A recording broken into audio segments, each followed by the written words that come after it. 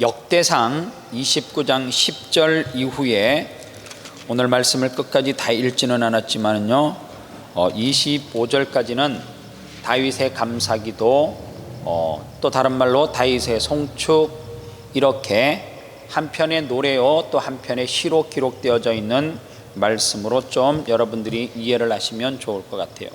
이 말씀 그대로를 시편에다가 옮겨 놓으면 한편의 다윗의 시가 될 수 있는 그러한 본문이기도 합니다.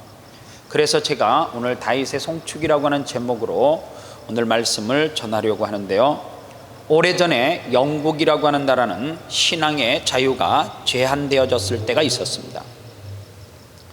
그래서 설교를 하려고 하면 국가로부터 허락을 받고 허가되어진 사람만이 설교를 선포할 수 있었습니다. 그런데 한 젊은이가 국가로부터 허락을 받지 않고 설교를 하게 되어졌고 그 설교를 했다라고 하는 이유로 옥살이를 하게 되어지는데, 무려 옥살이를 12년 동안 하게 되어집니다. 그의 아내는 소경이었습니다. 앞을 보지 못하고 그에게는 자녀가 3명이나 있었습니다. 12년 동안 옥고를 치르는 가운데 아내는 장애가 있었기도 하지만은 너무너무 살기가 힘들어서 구걸을 하는 가운데 세상을 떠나게 되어집니다. 그리고 그의 3 자녀도, 아버지는 감옥에, 엄마는 구걸을 하다가 그렇게 죽게 되어지고 난 다음에 생존을 위해서 3 자녀도 그렇게 생존을 위해서 살아가기 위해서 뿔뿔이 다 흩어지고 그 가문 전체가 풍지박산이 났어요. 그때 감옥에 있던 아버지가 하나님 앞에 이렇게 기도를 합니다. 하나님, 지금 현실이 너무너무 고통스럽습니다. 그러나 내가 지금 주를 위해서 아직도 할 일이 정말 있습니까? 마치 무엇인가를 결단하고 결심하고 하나님 앞에 단판을 짓는 기도를 드리는 거예요. 만약에 제가 해야 할 일이 있다라고 하면 오늘 이 감옥에서도 내가 생명을 연장하고 호흡을 하고 살아갈 힘이 있겠지만 내가 감당해야 될 사명이 없다라고 하면 정말로 내 삶은 절망입니다. 마치 끝입니다. 이렇게 하나님 앞에 기도하는 거예요. 이때 성령님께서 그 사람에게 찾아오셔서 마음에 무슨 감동을 주느냐 하면, 너는 글을 써야 한다. 너는 글을 쓰는 달란트를 부여받았다. 그리고 엎드려져 있는, 기도하고 엎드려 있는 이 사람에게 환상으로 보여주는데, 그 환상이 무엇인가 하면 주님의 나라를 향해서 걸어가는 한 사람의 모습이 환상 가운데 보여지기 시작하는 겁니다.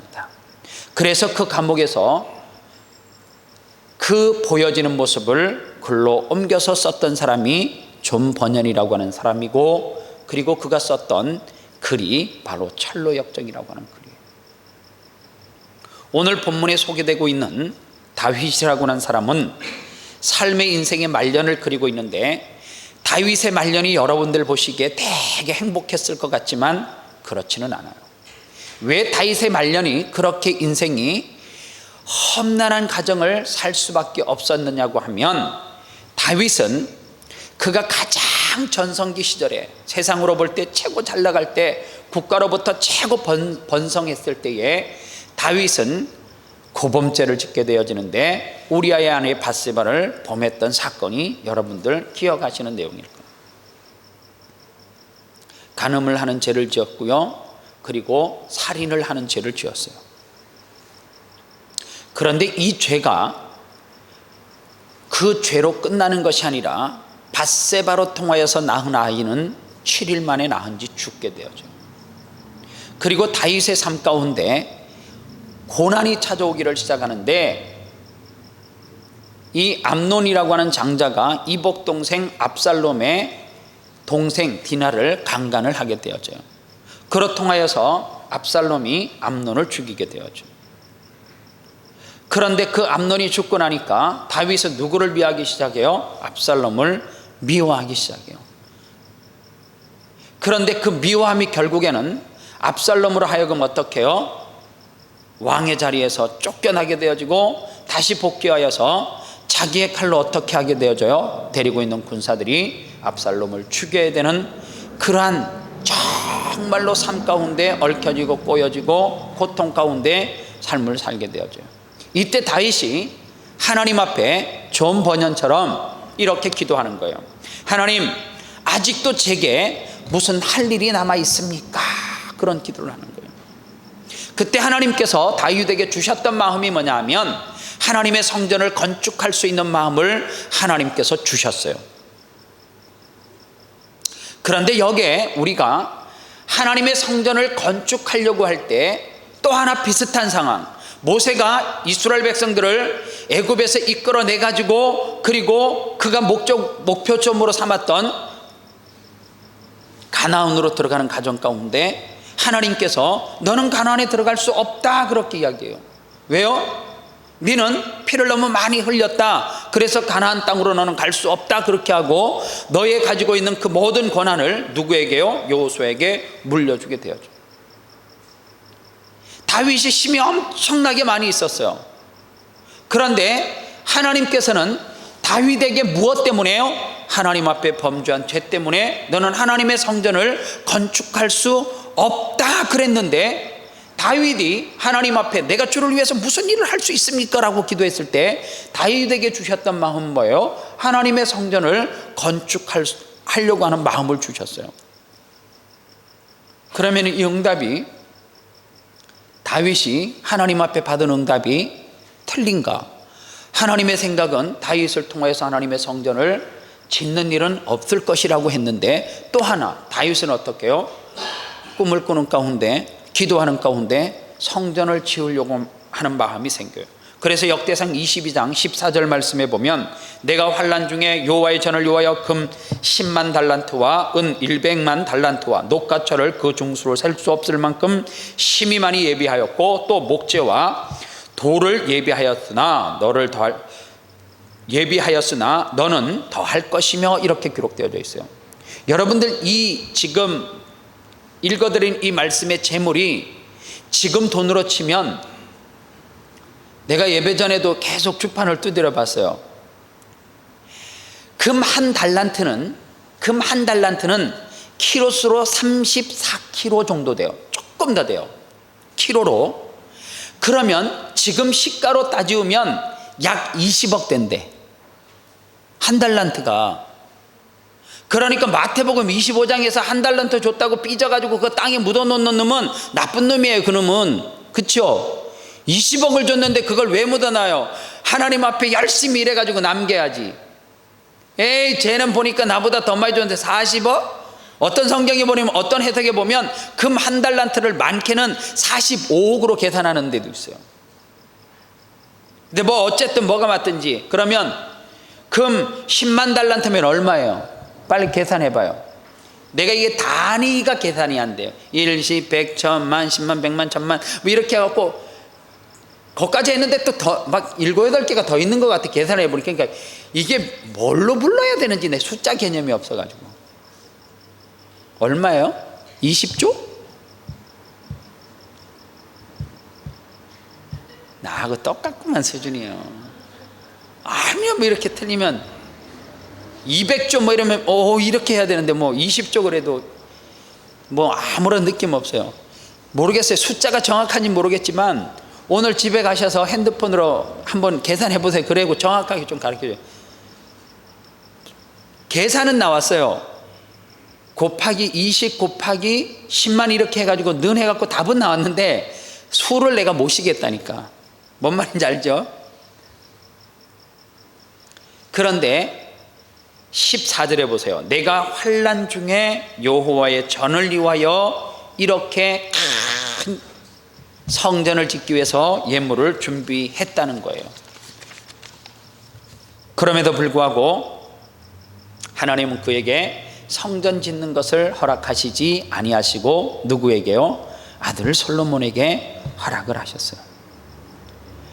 다윗이요, 이 예물을 거두기 위해서 얼마나 백성들에게 호소를 해요. 오늘 본문 읽지는 않았습니다만 5절에 보니까 금, 은, 그릇을 만들며 장인의 손으로 하는 모든 일에 쓰게 하였노니 오늘 누가 즐거이 손에 채워 여호와께 드리겠느냐 하는지라. 그랬더니 답을 해요. 백성들이 뭐라고 이야기해요? 6절에서 이에 모든 가문의 주도자들과 이스라엘 모든 지파의 주도자들과 천부장과 백부장과 왕의 사무관이 다 즐거이 드리되, 다윗이 호소를 하니까 백성들도 다 고간할 것 없이 다 그 예물에 동참을 하는 거예요.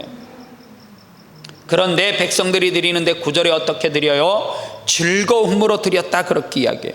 백성들은 자원하며 드렸으므로 기뻐하였으니 곧 그들이 성심으로 여호와께 자원하여 드렸으므로 다윗 왕도 심히 기뻐하심이라, 이렇게 기록되어져 있어요. 이렇게 백성들과 다윗이 헌신할 수 있었던 이유가 뭘까?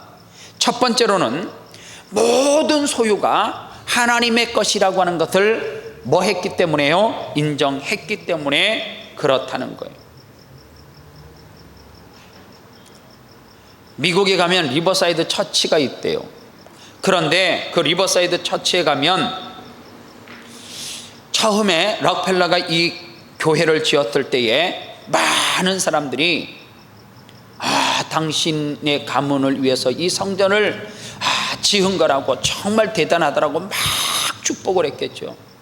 그랬더니 록펠러가 뭐라고 이야기를 했느냐면, 다윗이 고백했던 것처럼 역대상 19장 오늘 29장 11절과 12절 말씀에서 고백했던 것처럼 뭐라고 이야기해요? 부와 기가 주께로 말미암아 또 주는 만유의 주제가 되사 손에 권능과 능력이 있사오니 모든 자를 크게 하심과 강하게 하심과 그 모든 것이 주의 손에 있다. 모든 소유권이 누구에게 있다고요? 여호와 하나님 앞에 있다라고 인정을 했어요. 그런데 록펠러도 많은 사람들이 당신은 정말 위대하고 대단하고 당신의 가문은 빛이 나야 되고 이 아마 리버사이드 처치는 당신들을 영원히 기억할 수 있는 뭐 이렇게 축복을 했겠죠. 그랬더니 뭐라고 이야기하느냐 하면, 이 록펠러가 주께 받은 것 주께 드렸을 따름입니다, 그렇게 이야기해요. 다윗도 그렇게 이야기해요. 모든 소유권이 주께로부터 있는데 내가 주님 앞에 드리는 것은 주님의 것을 드리는 것이다, 내 것 아니다, 그렇게 고백하는 거예요. 우리가 이 땅을 살아가면서 소유권을 자꾸만 내 것이라고 움켜쥐기 시작하면, 내가 주인 행세를 하게 되면, 여러분들 종이 주인의 자리에 가서 주인 행세를 하게 되면 반드시 따르는 것은 주인으로부터 제자리로 돌려보내질 뿐만 아니라 책망받는 일밖에 없어요. 종은 그냥 끝까지 종으로 사셔야 돼요. 하나님께서 저와 여러분들을 주인이라 그 이야기하지 아니하시고 뭐라고 이야기했어요? 종이라고 그렇게 이야기를 했단 말이에요. 그래서 종은 언제까지 종을 해야 되느냐? 종은 기한이 정해져 있어요. 태어나면서부터 죽는 순간까지 종으로 살아가는 거예요. 그래서 저와 여러분들에게 부여되어져 있는 이 신분은 절대로 이 땅에서 내가 무엇을 가졌다라고 주인 행세를 하면 주님은 그것을 뭐라고 표현하느냐 하면 교만이다, 그렇게 이야기합니다. 다른 게 교만이 아니라 종이 주인의 자리에 올라갈 때 그게 뭐예요? 교만이에요. 누가 가장 많이 지을 수 있느냐? 주의 종들이 그래요. 항상 주인이라고 생각을 하는 거예요. 주인이라고. 종인데. 그래서 이런 분들도 계셨어요. 장로님들이 대표 기도할 때 주의 종을 기름 부으시고 이러면 기분이 나빠가지고 주의 사자라고 표현하라고. 내가 무슨 종이냐고, 당신의 종이냐고. 무슨 장로님이 당신의 종이라고 그렇게 기도를 했겠어요. 주님의 종이라고 했겠죠, 그죠? 그렇게 믿고 종으로 그렇게 부름을 받았으면 다 감사해야 되는데, 자기를 표현할 때 어디 버릇없이 종이라고 표현하냐고. 그래서 한국에요, 어떤 교회 가면 주보에다가 앞에다가 당회장 이렇게 써 있어요. 그게 문맥적으로 뭐가 틀린 줄 아세요? 그분은 설교 안 하고 매일 회의만 한다는 이야기예요. 당회장은 당의 장로님들을 그 대표해서 회의를 리더해 나가는 장을 당회장이라 그러거든요. 거기다 이제 또 한자 더 붙여요. 당회장 사자 목사님. 복잡해요, 참. 그게 뭐예요? 교만이에요. 얼마나 좋아요. 종. 아무개 종. 그래서 항상 바울은 자기를 표현할 때 뭐로 표현해요? 종이라고 표현해요. 이거는 저에게만 해당되는 것이 아니라 여러분들에게도 해당돼요. 장로님들도 종이에요. 단순하게 그냥 종. 권사님도 그냥 종이에요. 하나님 앞에 부름을 받은 종이에요. 그래서 이 종을 좋은 말로 쓰면 뭐라고 이야기하는 줄 아세요? 자기 중심으로 살아가는 사람을 이기주의자라 그러죠. 이웃을 중심으로 살아가는 사람 이타주의, 그리고 민족을 중심으로 살아가는 사람 민족주의, 예수 그리스도를 중심으로 살아가는 사람 뭐라 그래요? 그리스도인, 그렇게 이야기하는 거예요. 아무나 그리스도인 그렇게 붙이는 거 아니에요. 자기 중심으로 살아가는데 남을 위해서 예수님이 하셨던 사역을 감당하지도 않고 예수님이 하셨던 희생을 희생하지도 않은데 그리스도인이라고 붙이는 것은 잘못된 거예요. 기독교인도 똑같은 단어예요. 그냥 내가 가끔 교회 나갔다고 나는 기독교인이라고 이력서에다 쓰는 거 잘못된 거예요. 기독교인은, 그리스도인은 어떻게 살아가야 되느냐? 예수 그리스도가 살았던 삶 그대로 살아가는 거예요. 그렇게 살려면 어떻게 살아야 돼요? 종으로 살아야 돼요. 종이 뭐예요? 종은 딱 하나 잘하면 돼요. 무엇을요? 순종 잘하면 돼. 누구에게? 주인에게. 누구 주인에게? 내 주인에게 순종 잘해야 돼요. 종이라 그래도 아무나 시키면 이렇게 하는 게 아니에요. 우리의 주인이 누구예요? 예수 그리스도, 하나님. 하나님이 시키는 건 무조건 예스예요. 예수 그리스도가 우리에게 명령하시는 거, 부탁하는 거 무조건 예스예요. 가끔가다 부처가 이야기하는데 예스.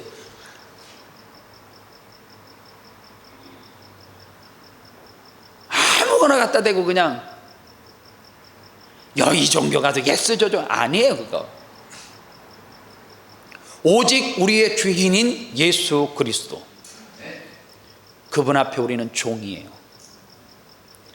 그 외에는 우리는 당당하게 좀 살아가야 돼요. 예수 믿는 사람들이 기죽을 필요도 없어요. 사실은 우주 만물의 주인 되시는 하나님을 내 아버지로 모신 사람들이 왜 그렇게 기가 죽어서 살아가는지 어떨 때 보면 화가 날 정도예요. 그냥 주눅 들고 세상 가운데 젊은 사람들 말로 정말 마음을 졸여가지고 사는 사람들이 얼마나 많은지 보세요. 왜 어떤 사람은 똑같은 하나님 아버지를 내 주인으로 모시고 살아가는데 그 사람들은 그렇게 당당한데 왜 여러분들은 어깨를 푹 이렇게 쪼그리고 살아갑니까? 당당해야 되죠. 어떤 사람은 그러더라고요. 난 돈 하나도 없습니다. 그런데 하나님 앞에 기도하면 한국은행 은행장이 누굽니까? 다 하나님 아닙니까? 하나님 앞에 달라 그러면 한국은행 문이 활짝 열린대. 모르겠어요. 그렇게 되면 얼마나 좋겠습니다만. 아니 그런데 그 속에는 뭐가 있어요? 당당함이 있는 것 아니에요? 자신감이 있는 거 아니에요? 하나님이 주인인데 무슨 걱정을 하고 살아갑니까? 이 우주 만물의 주인이 하나님인데 그런 사람이 있는데 전 그렇게 생각하지 않는데요. 이거보단 나을 거 아니에요. 오늘 우리가 하나님 앞에 또 예수님 앞에 우리가 감사하고 순종할 수 있는 삶을 살아갈 수 있는 것은 내게 있는 그 모든 것, 주권과 능력과 권능과 그 모든 것이 누구로부터 왔다는 것을, 하나님으로부터 왔다는 것을 인정할 때 우리는 그러한 삶을 살아갈 수 있어요. 그리고 두 번째로는 존재의 순간성을 우리가 인식해야 돼요. 존재의 순간성이 뭐냐? 오늘 우리는 영원히 살 수 있는 존재가 아니에요. 야고보서 4장 14절에 우리 인간을 표현할 때 안개라고 표현하고, 오늘 본문 15절에도 보면 주 앞에 서오는 우리가 우리 열조와 다름이 없이 나그네와 우고한 자라, 세상에 있는 날이 그림자 같아서 머무름이 없나이다, 이렇게 이야기해요. 오늘 다윗은 인생을 뭐라고 표현했어요? 그림자. 그림자는요, 햇볕이 내리쬐을 때 있지만은 지고 나면 없어져요. 순식간에 없어져. 그림자 생겼는데 구름이 탁 껴가지고 순간 그 구름 덩어리가 있으면 없어지잖아요. 그게 그림자예요. 안개가 뭐예요? 아침에 안개가 자욱했네. 새벽 예배 나올 때 안개가 자욱한데 돌아가다 보니까 없어요. 참 신기한 걸 봤어요, 제가 최근에요. 새벽 예배를 마쳤는데 이 그레이즈빌 지역에 안개가 자욱해요. 운전 좀 신경 써서 가야 되겠다. 그랬더니 웬걸요? 저쪽에 이제 로드 쪽으로 쫙 내려가려고 그러는데 바닷가 그 다리 건너는데 안개가 하나도 없이 순식간에 다 없어졌어요. 그게 인생이야, 그게. 인생이 무슨 대단한 것 같죠? 아니에요. 여기 앉아 계신 연세 드신 분들이 여러분들 같은 시절이 진짜 없었을 것 같아요. 미안하지만 여러분들보다 육체적으로 더 건강했네요, 옛날 분들이. 왜요? 이렇게 오염된 세상에서 살지 않았거든.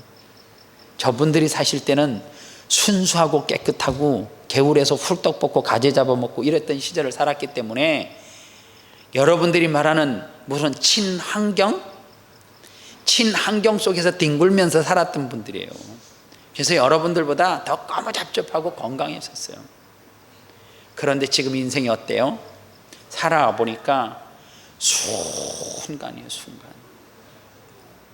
그래서 우리가 하나 깨달아야 될 것이 뭐냐면, 이 존재의 순간성을 인식하지 못하면 어떻게 살아가느냐? 내가 주인의 자리로 또 가서 사는 거예요. 천년만년 내가 주인이라고 생각하면서 살아가는 거예요.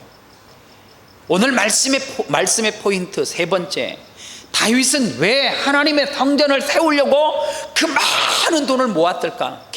숫자적으로 계산이 안 될 만큼의 많은 돈을 모았을까? 그런 성전을 지을 수 없는데 왜? 하나님 앞에 지은 죄 때문에. 그런데 중요한 이야기가 성경에 나와요. 역대상 22장 11절과 12절을 한번 찾으셔서 읽으면 좋겠어요.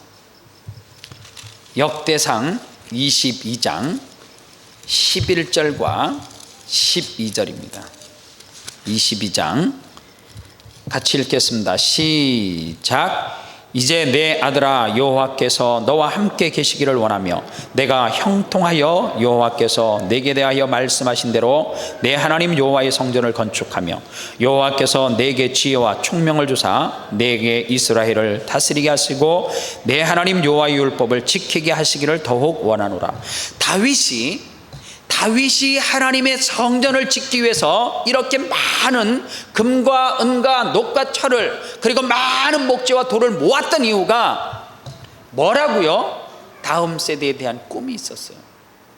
적어도 그의 아들 솔로몬 때에 거룩한 것을 물려주고 싶은 생각이 다윗 가운데 있었던 거예요. 다윗이 돌아보니까 자기가 그렇게 성공한 인생 아닌 것 같은 거, 후회가 남는 거예요. 미련이 남는 거지. 왜요? 그때 내가 우리아의 아내 밧세바를 범하지 않았으면, 우리아를 죽이지 않았으면, 그리고 그때 압살롬을 미워하지 않았으면, 그를 사랑으로 품었으면. 그런데 돌아보니까 자기의 뭐로부터 시작되는 거예요? 고범죄로부터 그 인생의 고통과 슬픔이 싹 스쳐 지나가는 거예요. 그런데 이스라엘 백성들에게 있어서 하나님의 성전은 어떤 것이에요? 하나님의 율법의 말씀을 묵상하고, 그리고 하나님과 교제하고, 그리고 이스라엘 백성들은 성전을 중심으로 하여서 그 모든 것을 펼쳐갔기 때문에 다윗이 그것을 깨닫고 아는 거예요. 그래서 내가 다음 세대에게 물려줄 거룩한 꿈이 무엇인가? 하나님, 내 생애 가운데, 하나님 남아있는 내 생애 가운데 내가 하나님을 위해서 할 수 있는 일이 무엇입니까? 그런데 성전을 건축하는 마음을 주셨을 때 그것은 다윗이 스스로 첫 번째는 깨달았고 하나님이 다음 세대를 위해서 꿈꾸게 하고 품게 하셨던 거예요. 만약에 다윗이 그렇게 준비해 놓지 않았다라고 하면 솔로몬 때 하나님의 성전을 짓는 것이 그렇게 쉽지는 않았을 거예요. 아니, 어쩌면 그 성전을 짓기까지 수많은 세월 동안 또 많은 사람들은 세상 가운데 죄 가운데 뒤섞여서 고통하는 삶을 살아갔을 거예요. 그래서요, 저와 여러분들도 항상 다음 세대에게 내가 희생해서 무엇을 물려줄까 꿈을 꾸셔야 돼요. 반드시 그 꿈을 꾸셔야 돼요.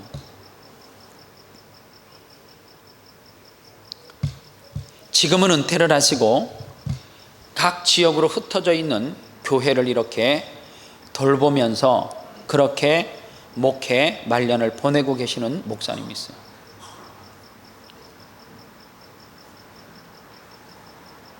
지금은 교회 이름이 사라졌지만 높은 뜻 승리교회 김동호 목사님이요. 양수리 소양관에서요 청소년 집회를 하다가 너무 큰 목사님이니까, 닮고 싶은 목사님이니까요,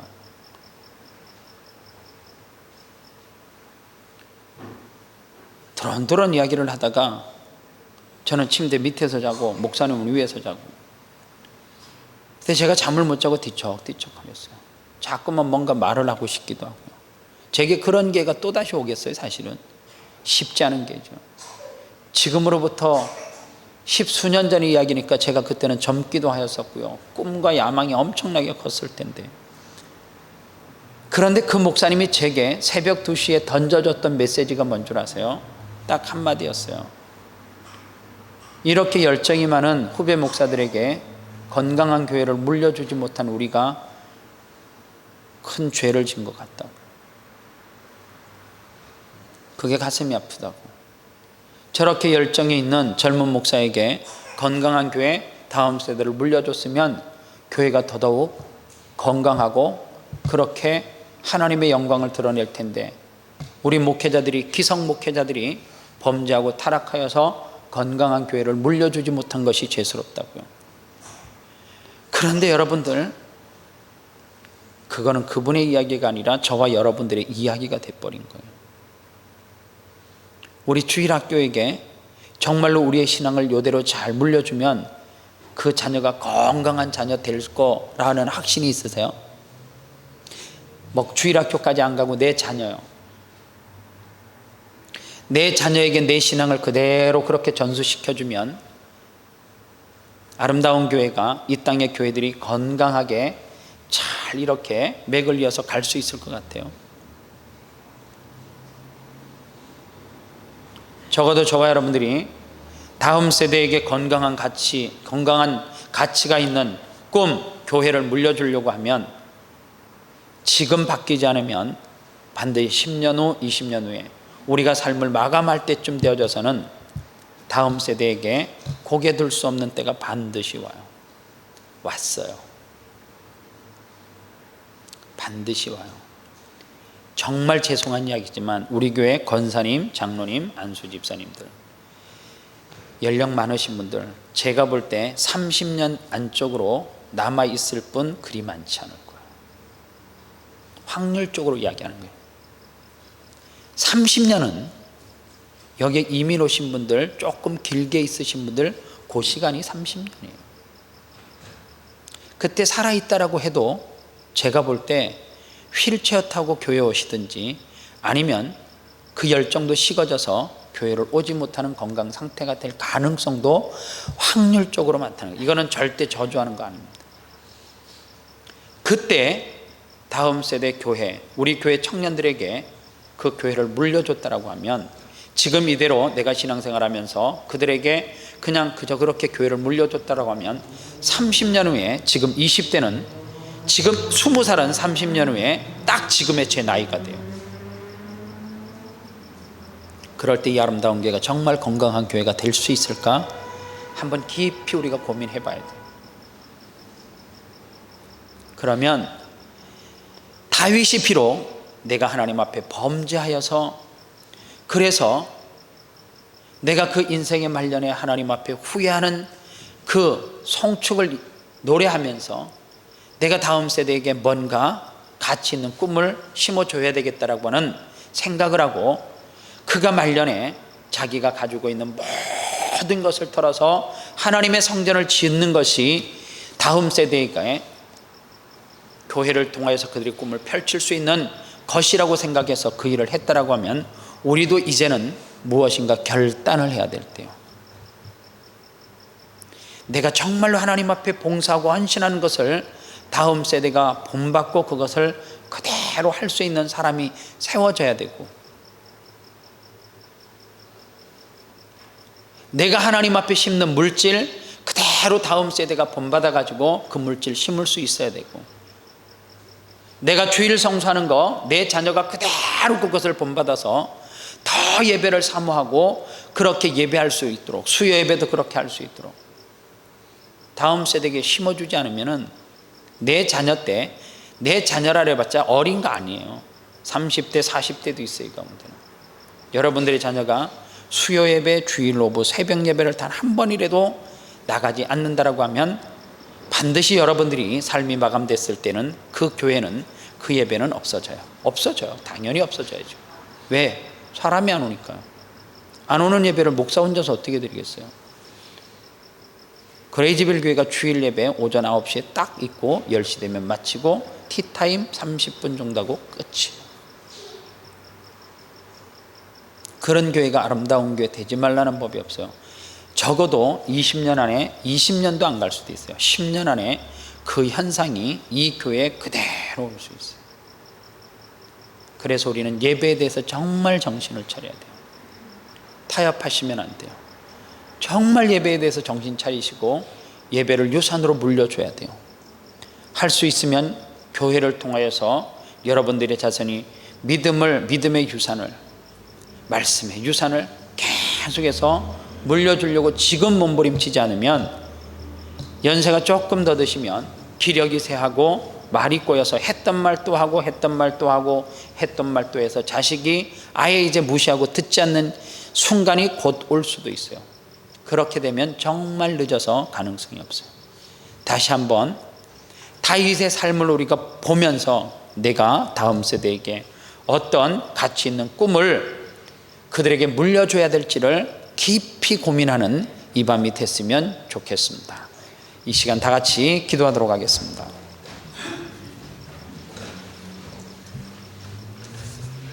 살아있는 믿음은 거룩한 행동을 추구하는 삶입니다. 살아있는 교회는 아름다운 꿈을 꿔요.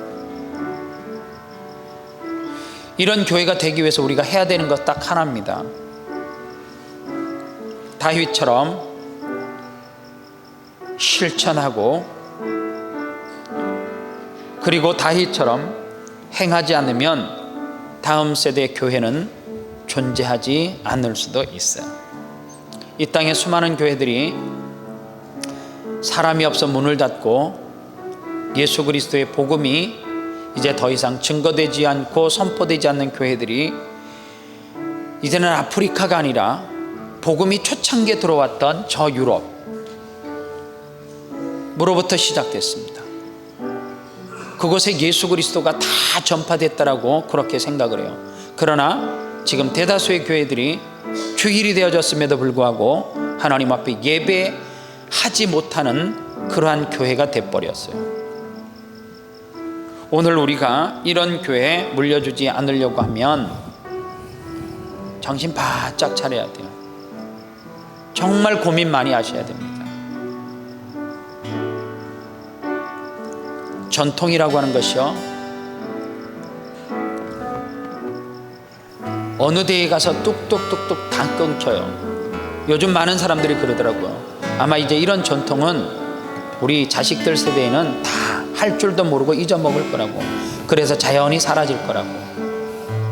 근데 정말 많이 사라졌어요. 아니, 몰라요. 다음 세대들은. 신앙의 유산도 마찬가지. 물려주고 심어주지 않으면 사라져요. 하나님, 내가 지금 다음 세대가 후배들에게 무엇을 물려주고 어떤 것을 전수시켜줘야 되는지를 이 시간 깊이 고민하시고 하나님 앞에 기도하시기를 바랍니다. 다 같이 기도하겠습니다. 하나님 감사합니다.